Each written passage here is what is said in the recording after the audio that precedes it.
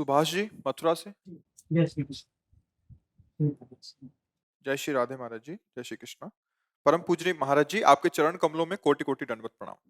पूज्य महाराज जी, हम सत्य, ईमानदारी एवं पूर्ण कर्तव्य निष्ठा के साथ सामाजिक कार्यों में तन मन धन से समर्पित रहते हैं। फिर भी कुछ लोग हमारी आलोचना करते हैं, जिससे मन तो हताश हो फर्क क्या जाता है। नहीं, फर्क क्यों पड़ा? आप अभी सत्य को नहीं समझे इसलिए फर्क पड़ गया। आज का सत्संग आपने नहीं सुना होगा, यही सत्संग था आज का कि यदि थोड़ा सा भी बुद्धि ठीक हो जाए तो हमारा काम बन जाए। जैसे आप कहते हैं हम दूसरों का हित करते हैं, सत्य से चलते हैं, धर्म से चलते हैं, तो अभी आप सत्य और धर्म को समझ नहीं पाए। सत्य धर्म का स्वरूप है केवल अपने कर्तव्य का पालन करना, कर्तव्य के फल की इच्छा न रखना। ये सत्य और धर्म का पालन है। सुख दुखे समय कृत्वा लाभा लाभो जया जयो। अब समस्या क्या है? हम अपने कर्तव्य का पालन करते हैं और वो हमें गाली दे रहा है। हमारा कर्तव्य फिर बनता है कि हम चुप होकर वहां से चले जाएं, या हम उसके गाली सुनने का प्रभाव अपने हृदय में दुख ना लाने दें। सुख दुख समय कृत्वा लाभा लाभो जया जयो। होता क्या है, हम मानते हैं आप परहित करते हैं, लेकिन उसमें हमारी स्वार्थ की गंध होती है कि कम से कम ये थैंक यू तो बोल दे यार, नहीं धन्यवाद तो बोल दे। हम तन से मन से धन से इसकी सेवा कर रहे, तो कम से कम इतना तो कह दे कि भाई साहब, हाँ इतना तो बोल देना। लेकिन नहीं बोलेगा, क्योंकि आप सत्य पे चलकर माया पर विजय प्राप्त करने वाले मार्ग में। अब वो आपको गाली देगा। 100 रुपया लगाया, 500 बेईमानी के लिए होंगे, अब ये कान में आपको सुनाई देंगे, तो आपका हृदय जलेगा कि मेहनत से कमाया था और लगाया, देखो बोल क्या रहा है। अब उस समय आपको दुखी नहीं हो। अगर दुखी नहीं हुए तो भगवान आज ही कह रहे, ये निष्काम धर्म, ये समता रूपी बुद्धि आपको कर्म बंधनों से मुक्त कर देगी, जन्म मरण से मुक्त कर देगी। बहुत बड़ा इनाम भगवान देंगे, इंसान क्या देगा यार? हम इनको कर्तव्य कर्म कर रहे हैं इनसे के साथ, माता पिता परिवार रिश्ते नाते अतिथि नौकरी पेशा व्यवहार में ठीक धर्म से चलें, अपने कर्तव्य का पालन करें। सामने वाले से हम जब इच्छा रखते हैं बदले की, तब हमें दुख होता है। सच्चाई बताना, होता है ना दुख। हमें दुख तभी होता है जब हम सामने वाले से ये आकांक्षा रखते हैं, इच्छा रखते हैं कि ना ज्यादा सही तो थोड़ा अनुकूल तो बोल दे यार, थोड़ा अनुकूलता तो दे दे, हम इतनी मेहनत कर रहे हैं तेरे प्रति। नहीं, अगर वो अनुकूलता में तुम सुखी हो गए तो तुम्हारे कर्म का जो परिणाम भगवान से मिलने वाला था, अब वो शुभ कर्म भले बन सकता है, लेकिन वो भगवत प्राप्ति नहीं करा सकता। मुझे लगता है कि उसी कर्म से हम बहुत बड़ा इनाम प्राप्त करेंगे, बहुत बड़ा लाभ प्राप्त करेंगे, यदि हम उसकी तरफ ना देखें तो। पर ऐसा होना बड़ा कठिन है कि हम किसी को भोजन पवावें और इसके बाद जब उठ के चले वो हमें गाली दे और हम चुपचाप सह जाएं। ऐसा बड़ा कठिन है। हम किसी को दुख में फंसा है और उसका सहयोग करें, इसके बाद वो 4 लोगों से हमारी निंदा करे और हम मुस्कुरा के सह जाएं, यही कठिन। तभी हम कर्म बंधन से मुक्त नहीं तो हमारे कर्म बंधन बहुत प्रबल हैं, इनको हम नहीं काट पाएंगे।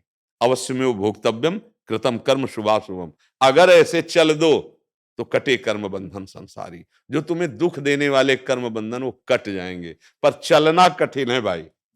भगवान का आदेश है, सुख दुखे समय कृत्वा लाभा लाभो जया जयो। सुख दुख में, लाभ हानि में, जय पराजय में यदि समान भाव ले आओ और अपने कर्तव्य को कर जाओ तो तुम मुक्त हो जाओगे, तुम्हारे सारे पाप नष्ट हो जाएंगे, तुम्हें कभी दुख नहीं प्राप्त होगा। अब यही तो असली फल है।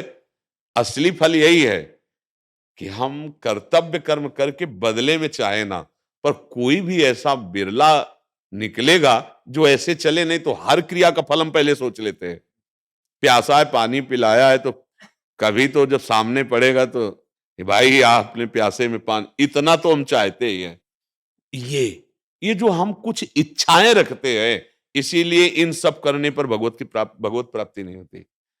बहुत ये सूक्ष्म विषय है, क्योंकि हम उसका भोग करना चाहते हैं, प्रशंसा सुनना चाहते हैं, हम मान चाहते हैं कि हमने इसकी सेवा की, भैया आपने तो कृतार्थ कर दिया। अगर आप सहयोग न करते ना अब आपको लगेगा हमारी सेवा सार्थक हुई, लगेगा नहीं?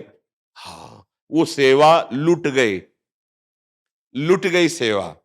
और कहीं आपने प्रकाशित कर दिया, मर रहा था भूखों, हमने व्यवस्था की है, 4 लोगों से कह दिया, तो जीरो पे आ गया, बैलेंस ही नहीं बना आपका, जीरो पे आ गया। अब ये कहां समझ है? चुपचाप किया और वो गाली दिया, सह लिया, चल दिया, ऐसी जगह अविनाशी बैंक में जमा हो गया, कभी नष्ट ही नहीं होगा। पर आप अविनाशी बैंक में जमा करना ही नहीं चाहते। अगर कहीं 10-20 संतों को पवा दिया तो पोस्टर रोड में लगना चाहिए कि अमुक मथुरावासी इतने इतने ब्राह्मणों का और संतों का भंडारा, इतना ऐसा, वो हजारों लोग पढ़े और बैलेंस तुम्हारा जीरो। किया भी, हाथ कुछ नहीं लगा। अगर कोई कह भी दे कि आज वृंदावन गए थे तुम, साधु सेवा की, अरे कहा यार साधु सेवा जो कुछ कहीं कुछ अगर बनता भी होगा तो भगवान की कृपा से, भगवान, हम कहाँ करने लायक हैं। अगर हमारी पूछो तो हम अपना पेट नहीं भर सकते, दूसरों का क्या। वो विश्वम्भर भगवान है, वही किसी को निमित्त बना के कुछ उड़ा दिया, अभिमान वाली बात ही ना आने दी, अविनाशी बैंक में जमा हो गया। वो तुम्हें सुख प्रदान करेगा, पर ऐसा कोई नहीं जानता। जहां अहम का पोषण, फिर और जहां अहम नष्ट, वहां तुम्हें भय लगेगा करने में, क्योंकि सीधा वो बैलेंस बैंक में जाएगा अविनाशी, और ये हम लोग चाहते नहीं। तो आप अविनाशी बैंक के बैलेंस को पुष्ट करने के लिए जो दुख आपको मिल रहा है उसको स्वीकार मत कीजिए। आप आनंदित होइए, बच गए। अगर ये हमसे कहता धन्यवाद, हाथ जोड़ता, तो कुछ तो कट ही जाता। गाली दे दी, पूरा का पूरा जवा हो गया। अब ये बात समझ में ले आती है ना, अगर समझ में आ जाए तो फिर अभी आनंद की अनुभूति होने लगे। आप समझ गए? कोई संशय तो नहीं? जी, बड़ी कृपा की आप आए। कोरोना के पहले ही धाम में आया था, तब से अब आने को मिला। हाँ, लंबा सफर फिर हो गया कई भजन बार। करते समय बहुत अशांति, घबराहट, भजन करने पर भी बहुत अशांति, घबराहट, डर, किस विषय का? ऐसे ही घबराहट होती रहती है। बहुत सावधानी से सुनोगे तो आप समझ पाओगे। आपको भय, घबराहट, ये क्यों होता है? किसके लिए होता है? मतलब महाराज जी, कोई हृदय में प्रसन्नता नहीं होती, नाम जप करो, नित्य नियम करो, एकदम डर बना रहता है। हाँ, इस मतलब अब हम कैसे, लेकिन हम आपको संकेत में बता देते हैं। आप शरणागत हैं प्रभु के? किससे शरणागत हुए हैं? शरीर से, वचन से, हृदय से। अब आपको परवाह क्यों होनी चाहिए? शरण के समर्पित जब हो गए, तनुवांग मनोभिरमलई शुभम तवि वाश्रिता, तो निर्भय आना चाहिए, निश्चिंतता आनी चाहिए, निशुक अवस्था आनी चाहिए। विपरीत अवस्था क्यों? क्यों है, बस इसको देख लीजिए आप। अभी आप शरीर को अपना मानते हैं क्या? अपनापन तो है महाराज जी। इसी यही गलती हो रही। आप मन को अपना मान रहे हैं ना, तो अब शरणागत किसको किया है? बस महाराज, हम कभी कभी इन संतों से यही कहते रहते, भैया चित्त का समाधान कर लो अभी, नहीं जीवन का जीवन बीत जाता है और चित्त का समाधान नहीं होता। ये स्थिति चित्त का समाधान ना होने के कारण है। ये घबराहट, चिंता, विषाद, ये स्पर्श भी नहीं कर सकते। ब्रह्मभूता प्रसन्नात्मा न शोचते न कांक्षते समः सर्वेषु भूतेषु मद भक्तिम लभते पराम। महाराज, ये शरीर, ये वचन, ये मन हमने तो प्रभु के चरणों में दे दिया। आप माथे पे ठाकुर जी का नाम लिखा है ना, ये माथा ठाकुर जी को दे दिया। अब आपको क्या मतलब है कि इस माथे पे क्या लिखा है? प्रारब्ध में शुभ है कि अशुभ है? हम भगवान के अंश हैं, भगवान के दास हैं। हर कष्ट, हर विपत्ति, हर अपमान को रौंद करके आगे बढ़ेंगे। हमें घबराहट किस बात की हो रही?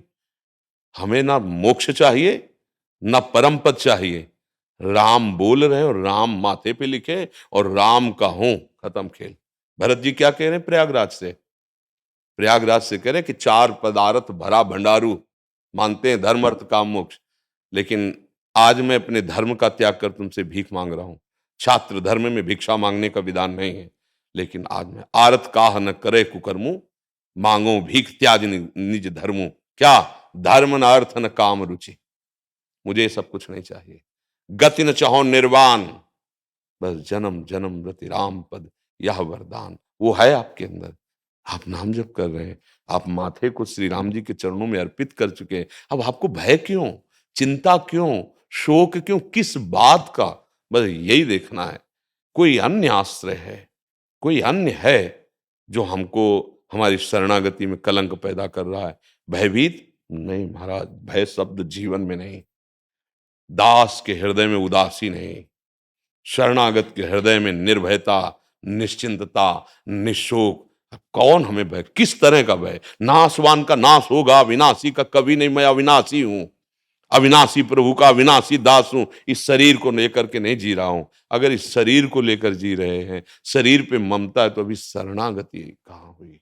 बस यही बात देखनी है।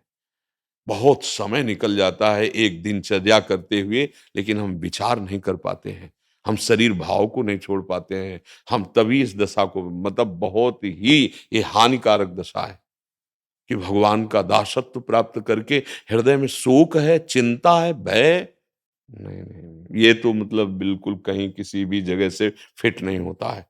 मतलब हम में कोई बहुत ऐसी त्रुटि है जो हमारे अंदर शोक पैदा कर रही, भय पैदा कर रही, और सबसे बड़ी त्रुटि है देहाभिमान, देह भाव, इसमें ममत्व आ जाना। इसी से सारी गलतियों का मूल देहाभिमान है। मतलब नहीं, अब नहीं। आज से आप अपने जीवन को, जो समर्पित जीवन, उसकी उस बात को याद रखो। आप राम जी के दास हैं। आप राम जी को जीवन बेच चुके हैं। माथे पे तिलक और वेश भगवत वेश, मतलब हम बिके हुए गुलाम हैं भगवान के। अब चाहे दुख दे या सुख दे, तो आपका प्रसाद है। कड़ुआ भी है तो आपका प्रसाद है, मीठा भी है तो आपका प्रसाद है। मैं आपका प्रसाद मानकर हर समय सुखी रहूंगा। हम दुखी क्यों रहेंगे? नहीं, नहीं। हमारे अंदर कोई अन्य चाह है जो हमें परेशान कर रही। नहीं तो जा ही न चाही कबहू कछ, तुम शन सहज सने, बसो निरंतर तासुर, सो राउर निज गे। भगवान उसके हृदय में विराजते हैं, चिंता भय शोक नहीं विराजते। महाराज कोई गलती है उसको सुधार लिया जाए। सबसे बड़ी गलती है कि हम भगवान की वस्तु को अपना मान रहे हैं। ये देह, ये मन, ये वाणी हमने शरणागति में भगवान को दे दिया है। अब फिर मतलब लौट करके इस पर चिंतन करना, ये तो बड़ी हमारी समझ में बिल्कुल बात नहीं आ रही। कोई नया साधक बोलता तो लगता अभी चलो परमार्थ में। आपका बहुत समय व्यतीत हो चुका है, हो गया ना। आपकी आयु भी ज्येष्ठ श्रेष्ठ है। अब अगर नहीं तो फिर कैसे बनेगा? क्या भरोसा प्रभु का नहीं है आपको? सच्ची बताना, मतलब हम तुम तो घर में बैठे हुए, क्या भरोसा नहीं प्रभु पर? क्या आपने ये स्वीकार नहीं किया कि प्रभु ने आपको स्वीकार कर लिया? आप प्रभु के शरणागत हैं। क्या आप अपने जीवन की बागडोर भगवान के चरणों में नहीं दे दी? क्या आपकी कहीं ममता है? सबकी ममता टाग ताग बटोरी, मम पद्म नहीं बांध बटोरी। बस गड़बड़ हो रहा है, कहीं गड़बड़ हो रहा है, इसको सुधार कर लो। बिल्कुल ये आपके आचरण से गड़बड़ नहीं हो रहा, आपके विचार से गड़बड़ हो रहा है। आप आचरण में गड़बड़ नहीं है, विचार में गड़बड़ है। विचार का गड़बड़ी ठीक कर लो, बढ़िया हो जाएगा। साधु तो अपने गुरुदेव के प्रताप से, संयम से ही चलता है। विचार, इसीलिए जो सत्संग से प्राप्त होता है वो बड़ी बड़ी साधनाओं से नहीं प्राप्त होता। जब द्रवहि दीन दयालु राघो, तो साधु संगति पाइए। निर्भय हो जाइए, कोई शंका मत कीजिए। किस बात की घबराहट है? मरने से तो विषयी पुरुष घबराता है। अरे राष्ट्रभक्त भी मरने से नहीं घबराता। गोली छाती में खाने के लिए बॉर्डर पे खड़े हैं हमारे राष्ट्र के, हमारे राष्ट्रभक्त। हम तो विश्वात्मा भगवान के भक्त हैं, और ये जानते कि शरीर छूटेगा, फिर भय किस बात का? और जानते हैं भगवान बड़े कृपालु पतित पावन, फिर शोक चिंता किस बात की? मतलब कहीं ना कहीं हमारे विचार में गड़बड़ी है। क्यों महाराज, आप बताइए। मेरे पकड़ में नहीं आता महाराज जी, एकदम अंदर से मतलब भयभीत सा मन में भय पैदा होता रहता। हाँ, अब इस रोग की दवा, जब बहुकाल करी सत्संगा, तब हो सब संशय भंगा। जब बहुकाल करी सत्संग पे, आपके पास मोबाइल है तो आप अयोध्या से सुन सकते हैं महाराज आज का है। प्राय सुनता हूँ, प्राय नित्य का नित्य का लगभग लगभग सुनता तो पकड़ नहीं पाए। हूँ। धारण नहीं हो पाता महाराज जी, सुनता हाँ, तो मैं बहुत अच्छी बातें लगती है, लेकिन धारण करना मुश्किल। हाँ महाराज, बस यही। अब हम कैसे बताए, कुछ न बोल पा रहे, और कैसे हम आप हुआ महाराज जी, धारण हुआ, जो विचार में कमी है वो पकड़ में आए और उसको त्याग हो, जैसे शरणागति में जो चाहिए। और मेरे में तो इतना क्षमता नहीं, मैं उसको पकड़ सकूं, हटा सकूं, मैं तो कृपा कर। नाम, नाम जितना आप राम राम जपेंगे उतना आप में पावर आता चला जाएगा, पक्का समझो। गोस्वामी जी कह रहे छूटवे के जतन विशेष बांधे जाएगो, वो है विष भोजन जो सुधा सानि खायोगे। राम राम राम जी जो लो तू न जपी है, तो लो तू कहूँ जाए तिहू ताप तपी है। राम नाम मणिदीप धर जीह देहरी द्वार, तुलसी भीतर बाहरो जो चाहत। अगर भीतर और बाहर दोनों जगह परमानंद चाहते हो तो राम राम राम राम। विचार करने का अवसर क्यों दे रहे हो? घबराहट के लिए अवसर? हमें तो यही नहीं समझ में आता घबराहट के लिए अब हमारे लिए क्या अवसर है? क्या अवसर है हमारे लिए? क्या चिंता का विषय है? क्या शोक का विषय? मेरे शोक का विषय है? नहीं, मुझे लग रहा है जल्दी ठीक हो, जल्दी ठीक हो। हाँ हाँ, बहुत बड़ी बीमारी है ये जन्म के जन्म नष्ट कर देती है। अरे ज्यादा बढ़ेगा तो आस्तिकता पर प्रहार कर देगा कि इतना जीवन हो गया, भगवान का आश्रय लिए भजन के, और अभी तक जो है मतलब भय नहीं छूटा। अच्छा, अब हम लोगों को क्या है कि मतलब जैसे प्रथम कदम से ही गुरुजनों महापुरुषों के आश्रय से बिल्कुल ब्रेक से एकदम चलो, ठीक ठिकाने पर लक्ष्य पे पहुंच। कभी जीवन में मनोरंजन का अवसर ही नहीं हुआ। अब तो मनोरंजन लायक नहीं रखा भगवान ने। उनकी कृपा ऐसी अंदर और बाहर दोनों से मनोरंजन लाई, इसको मारना पड़ेगा। मन को मन मारिया तन बस में की ना, हुआ भरम सब दूर। बाहर से कछ दिखत नाही, अंदर चमके नूर। आपो त्याग जगत में बैठे नहीं किसी से काम, उनमें तो कछु अंतर नहीं संत का हो चाहे राम। इस स्थिति में आ गए। ये मन की बदमाशी है, पर आप डरो मत, घबराओ मत, नाम और बढ़ाओ और सत्संग सुनते रहो, और फिर कृपा करके कभी दर्शन देना आके और बताना। चरणामृत पीते हो संतों का? गुरु जी का रखता हूँ, गुरु जी का। हाँ, तो संतों के सब पूरे समूह गुरु। वो उच्छिष्टामृत पाते हो? मौका मिला तो कभी, ऐसे नियम से नहीं। अच्छा, तो अपने ठाकुर जी का उच्छिष्टामृत तो पाते हो है? हाँ ठीक है। कोई संत सेवा बनी है आपसे? गुरुजनों की, पूर्व बुजुर्गों की लंगोटी धोना, उनके चरण चाप? हाँ महाराज, तभी देहाभिमान गलित नहीं हुआ, इसीलिए वो कष्ट दे रहा है। ऐसा देखो आसपास किसी आश्रम में, अवध धाम तो संतों का धाम, कोई वयोवृद्ध संत हो, रोज जाके 1 घंटा सेवा करो। अपनी तरफ से उनसे भिक्षा मांगो इस बात की कि हम आपकी कुटिया में झाड़ू लगा दें, हम आपके पात्र मार्जन कर दें, आपके कपड़े धो दें। अगर थोड़ी भी सेवा मिल जाएगी, फिर आप देखना ये अहंकार कैसे गलित होता है और भय निर्भयता की तरफ कैसे बढ़ता है। पक्की आपको बात बता रहे हैं। सेवा से तत्काल शांति मिलती है, निष्काम धर्म से तत्काल भय का नाश होता है। निष्काम भाव से किसी संत महापुरुष की सेवा मिल जाए तो क्योंकि और तो सब साधन आप कर ही रहे हैं ना, और तो कर ही रहे हैं। नाम निरंतर चलने का अभ्यास नहीं बनाया? कभी कभी होने लगता है, सोते समय भी जागते में प्राय, लेकिन कभी कभी फिर वो धीरे हो जाता है, धीमा। अच्छा, चिंतन में कोई गलत विषय तो नहीं आ रहे हैं?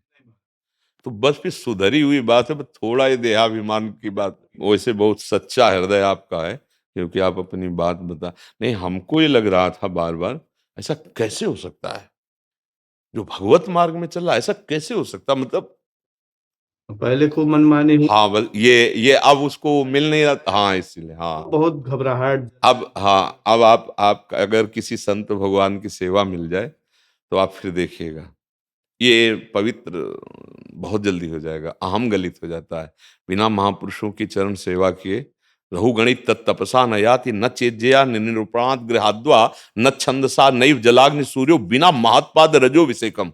जब रहुगण को उपदेश कर रहे हैं जड़ भरत जी, तो कह रहे हैं ये जो मैं तुम्हें बोध प्रदान कर रहा हूं, ये जो स्थिति है ये तपस्या से नहीं मिलती। ये देवी देवताओं की, जल की, अग्नि सूर्य चंद्र की उपासना, जो ब्रह्मबोध संपन्न महापुरुष है उनकी चरण सेवा, उनकी चरण रज से स्थिति प्राप्त होती है। रहुगणित तत्तपसा न याति न चेज्जया न निरूपणात् गृहाद्वा न छंदसा नैव जलाग्नि सूर्यौ बिना महत्पाद रजोभिषेकम।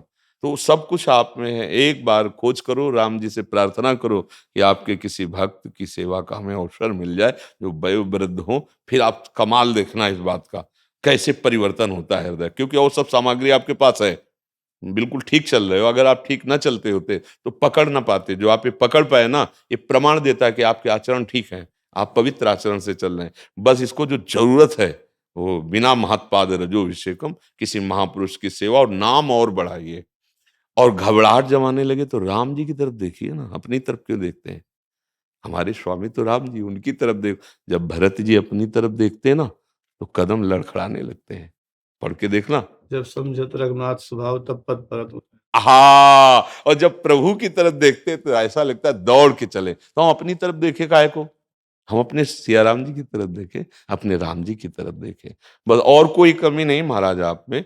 हाँ, भगवान की बहुत आपके ऊपर कृपा है। बस इतना सुधार कर लीजिए कि इस विषय मन को थोड़ा जरूरत है सेवा की। सेवा से बहुत जल्दी वैसे भजन शब्द सेवा ही कहा गया है, भज धातु सेवायाम। अगर हमें किसी संत महापुरुष की सेवा मिल जाए तो जल्दी, बहुत जल्दी लाभ मिल जाता है। संतों की सेवा बहुत, मतलब जो बुजुर्ग संत हैं और उनकी सेवा की जिनको आवश्यकता है, तो ऐसा अगर अपने खोज करते हैं तो मिल जाते हैं। जब खोज करने से भगवान मिल जाते हैं तो संत के लिए मिल जाएंगे ना। आप करके देखो, गुरु जी की पादुका है आपके पास, तो जो अस्त्र हैं वो गुरु जी तो विराजमान है, जब इच्छा होती है दर्शन कराता हूँ मैं, मतलब गुरु जी नहीं, से तो विराजमान है, उनको पादुका पहना के रखो रोज सिराने, रोज माथे पे रखो ऐसे खोपड़ी पे। और जो गुरु जी मंत्र दिए उस समय उस मंत्र का जप करो कुछ मिनट, ऐसे पादुका रख के नेत्रों में लगाओ, छाती से लगाओ। जे गुरु चरण रेणु अनुरागी, ते लोकहु बेदहु बड़ भागी। जे गुरु चरण रेणु सिर धरहि, ते जन सकल विभव बस करहि। श्री गुरु पद नख मणिगन ज्योति, सुमिरत दिव्य दृष्टि ही होती। हाँ, और लाओ साधना में और सुधार लाओ। गुरु जी को पादुका पहनाओ और वो पादुका प्रसादी लेकर के जहां पर वहीं सिराने रखो अपने, औषधि का काम करेगी। अपने गुरुदेव की सेवा मांगो उनसे कि उनकी कोई वस्त्र धोने की सेवा, उनके कोई पात्र मार्जन की, उनकी आज्ञा में रहकर। सच्ची बात है, मोक्ष मूलम गुरु कृपा, निर्भय कर देंगे गुरुदेव, निर्भय कर देंगे। बिना गुरु कृपा के देखो आप साधन कर रहे हैं लेकिन भय नहीं जा रहा, विषाद नहीं जा रहा है। इसीलिए आप आश्रय लीजिए वास्तविक मन से गुरुदेव का, ठीक है। और कभी कभी आपको जब अवसर मिले तो फिर दर्शन दीजिएगा करके, और निश्चित परिवर्तन होगा। आप आज से समझ लेना, आप निश्चिंत हो जाओ। मेरी महारानी श्री राधा रालिया बोली के बल से कहते हैं आप निश्चिंत हो जाओ। आप आए हो ना, वो रास्ता प्रकट हो जाएगा जहां से भय नष्ट होता है, जहां से शोक नष्ट होता है। निश्चिंत हो जाओ आप। दीपिका वर्मा जी पटियाला से। राधे राधे महाराज जी। राधे राधे महाराज जी, आपके चरणों में कोटि कोटि नमन। महाराज जी, आपका बहुत बहुत धन्यवाद, आपके सत्संग ने मेरी जिंदगी बदल दी। महाराज जी, मेरा एक प्रश्न है, क्या हमारी वेशभूषा जैसे कपड़े और मेकअप आदि का हमारे भजन या आध्यात्मिक सफर पर कुछ प्रभाव पड़ता है? ज्यादा बनावटीपन करने से शरीर में आसक्ति बढ़ती है। शरीर आसक्ति फिर कामनाओं को बढ़ने के बहुत चांस देते हैं। दूसरे भी देखकर कामना करते हैं और हमारे अंदर भी कामना आती है। उचित श्रृंगार, जैसे आप गृहस्थ में हैं तो उचित पहनावा पहनिए, उचित श्रृंगार कीजिए, क्योंकि आप गृहस्थ में हैं। अब उसमें थोड़ी कि हमारी तरह आप रज लपेट करके, ऐसे नहीं। आप उचित श्रृंगार, पर इतना बनावटीपन ना आ जाए कि जिससे दूसरे का मन आकर्षित हो और हमारा मन भी कामनाओं में फंसने लगे। देखो, देह तो हम है नहीं, न तुम स्त्री हो न पुरुष हो। अपने कर्तव्य पालन के लिए स्वांग मिला है। अब जैसा आपका रूप है, आप शीशा से में जैसे देखते हैं ना, अब ज्यादा उसमें बनावटीपन करेंगे तो बार बार देखोगे, वो आसक्ति इसी में बढ़ेगी। और हमारा मानव देह मिला है इससे आसक्ति हटाने के लिए। तो उचित श्रृंगार, जैसे गृहिणी अपने घर में अपने पति आदि के, तो उचित श्रृंगार और सावधानी पूर्वक जीवन यात्रा में कोई गलती ना होने पावे, तो आपकी भक्ति पथ की पुष्टता वाली अंदर भावना आ जाएगी। अच्छा, जैसे बहुत है बाहरी श्रृंगार, तो उसमें कहीं ना कहीं हमारी कामना होती है कि हमारा शरीर सुंदर दिखे, और उस कामना के अंदर फिर कोई न कोई वासना, तृष्णा, स्पृहा, इच्छाएं ये राज्य करती है। फिर हमारा जो मार्ग भक्ति का है वो ढक जाता है। हमारा सात्विक जैसा और हम आपको सच्ची कहते हैं, सुंदरता तो सत्यता में चलने पर मिलती है। आप भजन करो और थोड़ा संयम से रहो, उचित, तो आपके चेहरे पे एक लावण्य आ जाएगा। मुख प्रसन्न तन तेज विराजा, कीनस रामचंद्र कर काजा। कोई भी हो, चाहे स्त्री शरीर हो चाहे पुरुष शरीर हो, संयम से चलो और भजन करो तो आपके चेहरे में वो सुंदरता होगी जो दूसरे के देखने पर निष्कामता बढ़ाएगी, कामना नहीं। देखो ना, संत महात्मा जन जो भगवान में चित्त जोड़े हैं, कौन सा भैया श्रृंगार बाहरी होता है। पर एक दर्शन करने के लिए जाते हैं ना लोग, वयोवृद्ध हैं, कोई बाहरी रूप की बनावट नहीं, पर एक अलौकिक सुख मिलता है। उनके देखने से ऐसा लगता है मैं देखता ही रहूं, उनको देखने से ऐसा लगता है ये अपने हैं, उनके देखने से एक अजीब आह्लाद होता है, आनंद होता है। क्यों? क्योंकि वो सत्य मार्ग में चल रहे हैं, भगवत मार्ग में चल रहे हैं। तो मुझे लगता है जो भगवत मार्ग का पथिक है, चाहे स्त्री हो या पुरुष हो, सात्विक वेशभूषा में रहे, क्योंकि वेशभूषा का प्रभाव हमारे चित्त पर पड़ता है। हम जैसे वेशभूषा धारण करेंगे वैसे ही हमारा अहम हो जाता है। हम जैसे बनावटी करेंगे ना, तो उसमें कामनाएं हैं, इच्छाएं हैं, वासनाएं हैं, तो वो दूसरों के प्रति भी और अपने प्रति भी ठीक नहीं है। सात्विक वेशभूषा, सात्विक श्रृंगार, आप देखो आपका जैसा स्वभाव है, जैसा स्वरूप है, वैसे बर्ताव करो। भगवान ने तो विधान बना ही दिया है आपके सुख के लिए। अब अगर बाहरी हम कुछ ज्यादा करते हैं तो उसमें हमें फिसलने का डर है और उसमें कामना बढ़ाने का सामने से भी डर है। तो हमें संसार तो इसी में विचरण करता है। लेकिन आप भक्ति मार्ग में अध्यात्म से पूछ रहे हैं, तो आपने भगवान को जो रूप पसंद आया वो दे दिया आपके कर्म के।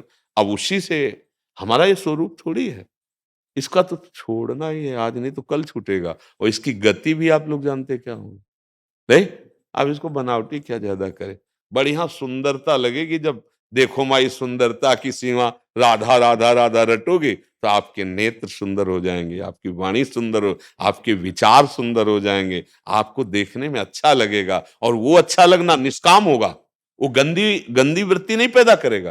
अच्छा, बनावट जैसे बाहर की जाती है, तो बाहर की बनावट में अपने अंदर भी अहमता पुष्ट होती है और वो दूसरे के अंदर भी कामना प्रकट करने वाला बनता है। तो जहां पूछा है, ये अध्यात्म मार्ग का यह मंच है, इसलिए हमें लगता है उचित श्रृंगार जैसे माताओं बहनों के लिए है, तो उचित श्रृंगार अपने धर्म की सीमा के अंतर्गत, फिर मंगल में है, कोई परेशानी नहीं। हमें दूसरे के दिखाने की भावना नहीं होनी चाहिए। हाँ, उत्तम के बस असमन माही, सपने हुआन पुरुष जग नाही। एक पाणी ग्रहण संस्कार किया और उसी में धर्म पूर्वक चले और दोनों मिलकर धर्म का आचरण किया, भजन किया, दोनों भगवान को प्राप्त हो गए। ऐसे गृहस्थी में चला जाता है। नाथ सकल संपदा तुम्हारी, मैं सेवक समेत सुतनारी। और विरक्त तो संपूर्ण विषयों पर विजय प्राप्त करके भगवान को प्राप्त कर ले। दोनों के लिए भगवत मार्ग है जी। मयूरव उपाध्याय जी नागपुर से। राधे राधे। राधे राधे महाराज जी।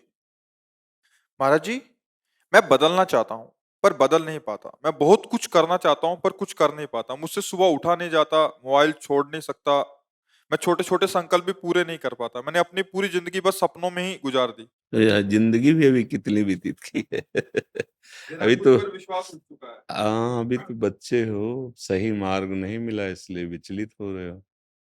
अभी तो बच्चा आप अपने जीवन को उन्नतिशील बना सकते हो, बदल सकते हो, जो चाहोगे वो बन सकते हो। अभी नई अवस्था है ना।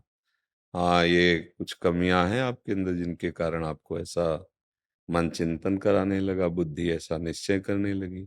अगर उन कमियों को दूर किया जाए और बुद्धि पवित्र हो जाए तो अभी आपको आनंद मिलने लगेगा। समझ रहे हैं? आप जानते हैं आपके अंदर जो कमियां हैं, है ना? हाँ, उनको छोड़ दीजिए। ये गंदी बातें, ये गंदे आचरण आपको गिरा देंगे। देखो गिरी तो गए, आप कैसे निराश बोल रहे हो। अभी क्या हो, बच्चा हो। अभी ये अवस्था तो जिस दर जाना जाना चाहो उधर के लिए आत्मबल पुष्ट होना चाहिए। पर के यही तो हम सब बच्चों से कि नई पीढ़ी हमारी जो है आज उत्साहहीन हो रही है, क्योंकि आचरण बिगड़ रहे हैं। सुख की लालसा से ऐसे आचरण किए जा रहे हैं जिनसे केवल दुख, निराशा, चिंता, घबराहट, शोक यही प्राप्त होगा। उनका फल ही है यही। अब उनको समझाओ तो कैसे समझाओ। ना आहार ठीक है, ना संग ठीक है, ना दृश्य ठीक है। हमारे देखने का नजरिया गलत हो चुका है। देखो आप ही कह रहे हो हमसे, मैं मोबाइल नहीं छोड़ सकता। जैसे भगवान, मैं आपकी शरण में हूँ, मैं आपका शिष्य हूँ, पर मैं युद्ध नहीं करूंगा। अर्जुन जी कहते हैं ना, यहीं से तो हंस के भगवान उपदेश करते हैं। जैसे आपने फाइनल कर दिया कि मैं मोबाइल नहीं छोड़ूंगा। मैं हम कह रहे मत छोड़ो मोबाइल, लेकिन मोबाइल में गंदी बात देखना तो छोड़ सकते हो ना। उतना तो आपको कंट्रोल रखना पड़ेगा अपने ऊपर, नहीं रखोगे। देखो हर चीज में गुण और दोष दोनों विराजमान है। जड़ चेतन गुण दोष में विश्व कीन करतार, संत हंस गुण गाहे पे परिहरि वार विकार। जैसे दूध पानी रख दो तो हंस दूध पी लेगा, पानी छोड़ देगा। ऐसी गुण दोषमयी सृष्टि रची गई है। हमें गुण स्वीकार, मोबाइल में गुण है। आप एक दूर देश में बैठे एकांतिक महात्मा के वचन सुन सकते हो, किसी भी महात्मा के वचन सुन सकते हो, किसी भी शास्त्र का स्वाध्याय कर सकते हो उसी में। आजकल सब नई व्यवस्थाएं हो गई। कोई संकट है तो आप किसी को सूचना दे सकते हो, लेकिन उससे गलत जो बातें हैं वो ना देखो, उसका दोष स्वीकार ना करो। अब पास में मोबाइल है, गंदी बातें देखोगे, गंदे आचरण करोगे, तो यही बात। हम मोबाइल छोड़ने की बात नहीं कहते, हम मोबाइल में गंदी बात ना देखने की बात करते हैं। वो तो छोड़ सकते हो ना, छोड़ सकते हो ना, तो देखो छोड़ करके। गंदी बात देखो मत, और जो गंदी बात करते हो करो मत। और राधा राधा राधा राधा जैसे दवाई खाई जाती है, वैसे ही हम आपको कह रहे हैं, राधा राधा राधा राधा नाम जप करो, थोड़ा व्यायाम करो, सुबह सुबह 1-2 किलोमीटर दौड़ो। शरीर से जितनी मेहनत करोगे उतने ही तुम महान बनोगे। ये जो शरीर को प्रमाद और आलस्य में डालते हैं, वो किसी काम के नहीं रह जाते हैं। ये शरीर मैं थोड़ी है कि इसको इतना दुलार करे, उचित दुलार करे, हार दे दे, वस्त्र दे दे, और खूब इसको सत्कार्यों में लगावे। अभी आपकी बुद्धि पवित्र हो जाएगी, पाप नष्ट हो जाएंगे। थोड़ा सा भी परहित का कार्य तुम्हारे जीवन की राह को बदल सकता है। थोड़ा सा परहित कार्य, अभी तो परहित जाना ही नहीं, अभी तो केवल इंद्रियों के विलास को सुख माना और उसी में लग पड़े। ये अवस्था तो ऐसी नहीं है। इस अवस्था में तो हम अपनी ऐसी नींव रखते हैं जिससे हम राष्ट्र भक्त बने, हम मातृ पितृ भक्त बने, देव भक्त बने, भगवत भक्त बने, जगत का कल्याण करें, अपना कल्याण करें। अब ऐसे में तो बच्चा देखो तुम निराश हो गए, नहीं होगे निराश? ये अच्छी बात नहीं है, निराशा अच्छी बात नहीं है। अगर हमारी बात मान लो, हमारी प्रार्थना मान लो, तो जो तुम जानते हो कि गंदे आचरण है, जिनके रोकने में तुम असमर्थ हो, उनको रोकने में समर्थ है प्रभु का नाम। नाम बल है। जितने भी महात्मा काम क्रोध लोभ मोह मद मत्सर पर विजय प्राप्त की, नाम बल से प्राप्त की। हम जानते हैं नहीं करना चाहिए, फिर भी ऐसा लगता है जैसे कोई भूत हमारे ऊपर चढ़ गया हो और हमसे करवा लिया हो। वो वासना है, वासना का भूत है। वो नष्ट होगी उपासना से। अब उपासना है नहीं तो फिर होगा क्या? हमारे अंदर ताकत है नहीं कि इधर कदम रख दें तो फिसलते चले जा रहे हैं। ताकत लाओ। हाँ, ब्रह्मचर्य ताकत है, नाम जप ताकत है, दूसरों की सेवा ताकत है, दूसरों का आशीर्वाद ताकत है। बड़े बुजुर्गों के जब चरणों में माथा रखते हैं, उनका हृदय प्रसन्न होता है, तो वहीं भगवान बैठे हैं। कोई तड़प रहा है, भूखा प्यासा रोग से पशु, आप उसकी सेवा कर दो, उसके हृदय में भगवान बैठे हैं, वो आशीर्वाद दे देंगे, आपका मंगल हो जाएगा। बात समझ रहे? देखो प्रयास करके, नाम जप करो। पहली बात तो निराश होना मत, हम तुम्हें कह रहे हैं। हमारा मानव जीवन निराश होने के नहीं मिला। अच्छा, हमसे गलती हो सकती है, बड़ी गलती हो सकती है, बार-बार हो सकती है, हमें फिर भी निराश नहीं होना। हमको एक दिन उन गलतियों को रौंदना है, पक्की बात समझो। अगर तुम ऐसा भाव नहीं रखोगे तो फिर जैसे अभी बोले ना, ये आपको गिरा देगा। मतलब आपको इतना निराश कर देगा कि आप कुछ और सोचने लगेंगे कि अब जीवन का मतलब क्या रहा? इसलिए ऐसा नहीं। अभी तुम महान बन सकते हो। देखो, कई-कई वर्ष गंदे आचरणों में रहे, जैसे वैश्यागामी चिंतामणि जी के पास बिल्वमंगल जी, और वहां से धक्का मिला, घर परिवार सब छूट गया था। अब उनको एक ही रास्ता दिखाई दिया कि है कोई भगवान, अब मुझे स्वीकार करे। हमने जिसके लिए सब कुछ न्यौछावर कर दिया, उसने तो धक्का मार के बाहर निकाल दिया। चिंतामणि जी ने उनको धक्का मार के बाहर निकाल दिया। अब वो एक मार्ग मिला भगवान। तभी हम कहते हैं विपत्ति, अपमान, तिरस्कार, ये ऐसा अमृत है जहाँ से भगवान की तरफ यात्रा प्रारंभ होती है। नहीं, विषयी जीव कभी भगवान की तरफ नहीं चलना चाहता। जैसे नाली का कीड़ा नाली में ही आनंद लेना चाहता है, ऐसे विषयी जीव गंदे विषयों में ही आनंद खोज करता है। भगवान की तरफ चल पड़े। पूरा चरित्र तो बड़ा है, वो एक ऐसे महान आचार्य कोटि के कि बिल्व मंगलाचार्य उनका, और उन्होंने चिंतामणि को प्रणाम किया गुरु रूप से कि अगर तूने मेरा तिरस्कार ना किया होता तो आज मैं श्री कृष्ण को ना प्राप्त कर पाता। तो मानो मन और बुद्धि इंद्रियां तुम्हारा तिरस्कार कर रहे हैं, तो तुम भगवान का आश्रय लो, नाम जप करो।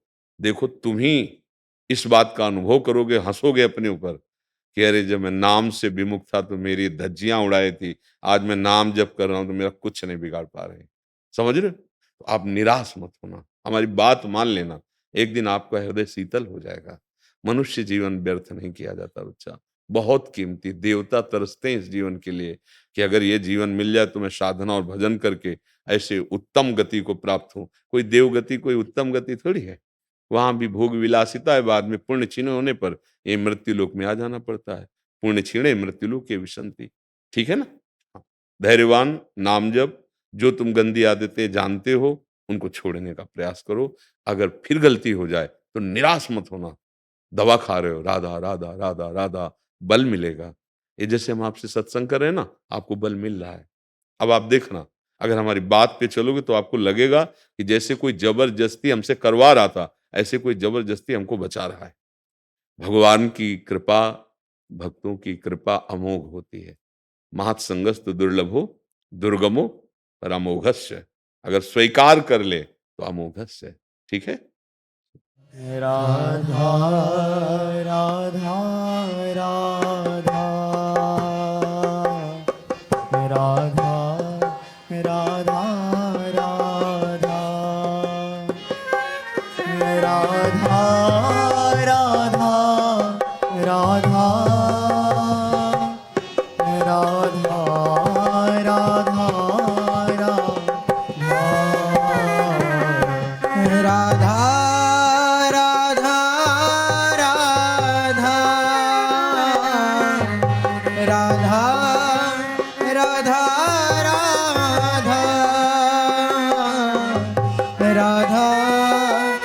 राधा राधा राधा राधा राधा